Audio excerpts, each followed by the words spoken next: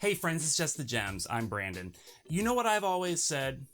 Life is strange. Am I right? Like, why do we drive on a parkway and park on our front lawn? I think it's super strange, and the looks I get from my neighbors suggest they agree. Well, almost 10 years ago, Square Enix published a video game about this very topic. And no, I'm not talking about Lara Croft Go.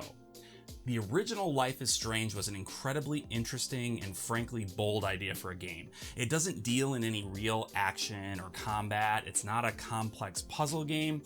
Instead, it's all about narrative. It's almost like if you took a visual novel and swapped out the static images with fully animated characters and dynamic camera angles and just the coolest soundtrack ever. It's a game where the choices you make have a profound and lasting impact on the story. It's a game about consequences and how even if we had the ability to endlessly revisit the key moments in our lives, we still ultimately would have to choose just one path to go down. Now, Square Enix has brought us a sequel featuring the same main character as the original, Max Caulfield, in Life is Strange Double Exposure. Before we dive into the review though, can I ask that you consider subscribing if you like the sorts of things I do on this channel?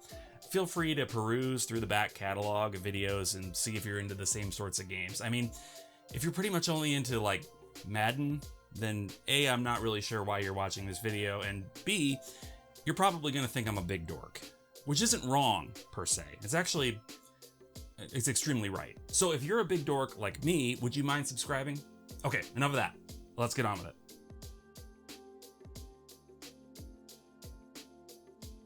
I'm gonna present this as though you know nothing about the original Life is Strange, because there are probably a lot of you who have seen trailers for this new entry and you're intrigued, but you're maybe worried you don't have all the prior knowledge you need to fully enjoy this one. As someone who did play and thoroughly love the original game, I can tell you that for the most part, you should be just fine. There are a few sequences that might not land as strongly for you without knowledge of the previous game, but there's no point where you'll be confused as to what you need to do. But playing the original adds a lot of extra layers of nuance to this one, so if you have the opportunity, I'd recommend you grab the remaster of the OG game as well. So here's a quick rundown of the basic story premise. Maxine Caulfield is the recently appointed artist-in-residence at Caledon University, a liberal arts college in Vermont. Max is a photographer, and she's been making a name for herself around the country in the years since the original Life is Strange ended. While making art and teaching classes at Caledon, she makes friends with a young man named Moses and a young woman named Safi. At this point, I'd say life is good is a more apt description of things, but naturally, something has to go wrong or we wouldn't have a game. And something does pretty quickly go wrong. Safi is shot to death by some mysterious assailant, and Max is determined to set things right. See, here's the thing about Max. When she was younger, she had the ability to rewind time, which is relatively cool, I'd say. The thing is though, that she hasn't done it in a long time, and just like a muscle, her powers have atrophied. However, what she suddenly finds she is able to do is cut open a rift between two parallel dimensions. The dimension she's from, where Safi was killed, and another dimension where Safi is alive and well, but possibly still in danger. To say much more about the story would be to do you a disservice because, like its predecessor, the story is the game. You guide Max around Caledon, make difficult choices as she deals with the university staff and students, and ultimately have to solve the mystery of Safi's death and what this whole parallel dimension thing is all about. The gameplay is pretty similar to other games in the series. You walk around from place to place, interacting with people, observing the environment, and solving conundrums found both in the physical world and within conversations. Max's new ability to shift between dimensions is obviously key to a lot of this, but her power extends beyond just being able to move from one plane to another. She's actually able to do something called Pulse, which allows her to view what's happening in the other dimension and to overhear what's being said without actually going there. This makes her essentially the perfect spy. If you need to listen in on some suspicious students, just hop to the other dimension, return to where they happen to be congregating, and pulse. Then you get your answer and they're none the wiser. If you're hoping for much more to do as a player than that, you might be disappointed. Life is Strange as a series is much more akin to an old school adventure game, or like I said earlier, almost sort of similar to a visual novel. albeit with a ton more production value behind it. This is interactive fiction through and through. The storytelling is helped quite a bit by the aesthetics here. This is honestly a beautiful game. It doesn't go for a full photorealistic look. There's still a hint of cartooniness to it, but it really works, and the remarkably good body and facial animation sells it. The performances, I should say, are like big time quality. All the actors are phenomenal, and in particular, the actress behind Max, who has to display such a wide range of emotions, from timidness to anger to love and lust and everything in between. Truly, there were moments where I almost forgot I was playing a game at all and was just taking in some of these scenes as if they were part of a gripping TV series or a movie or something. It's really excellent. Now, if you have played the original game, you might be wondering, is Max still a giant cornball? The answer is yes. The cringe is strong with Max, at least when it comes to her inner monologue. I know some people rolled their eyes at Max's corniness in the original game, and they will similarly roll their eyes here.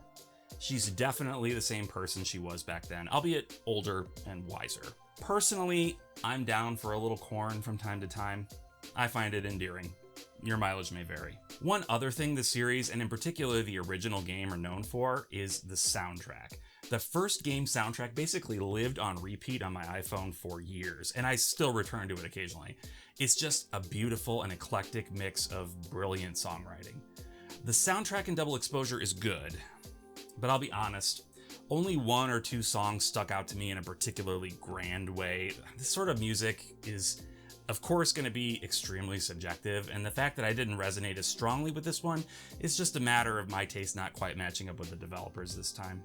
At the same time, I didn't hear a song I considered bad either, so I don't really have much else to say about it. If I'm talking about elements that didn't impress me all that much, I have a couple other minor gripes. As you're walking around campus, you can overhear people's conversations, but the way in which they fade in and out is distractingly unrealistic.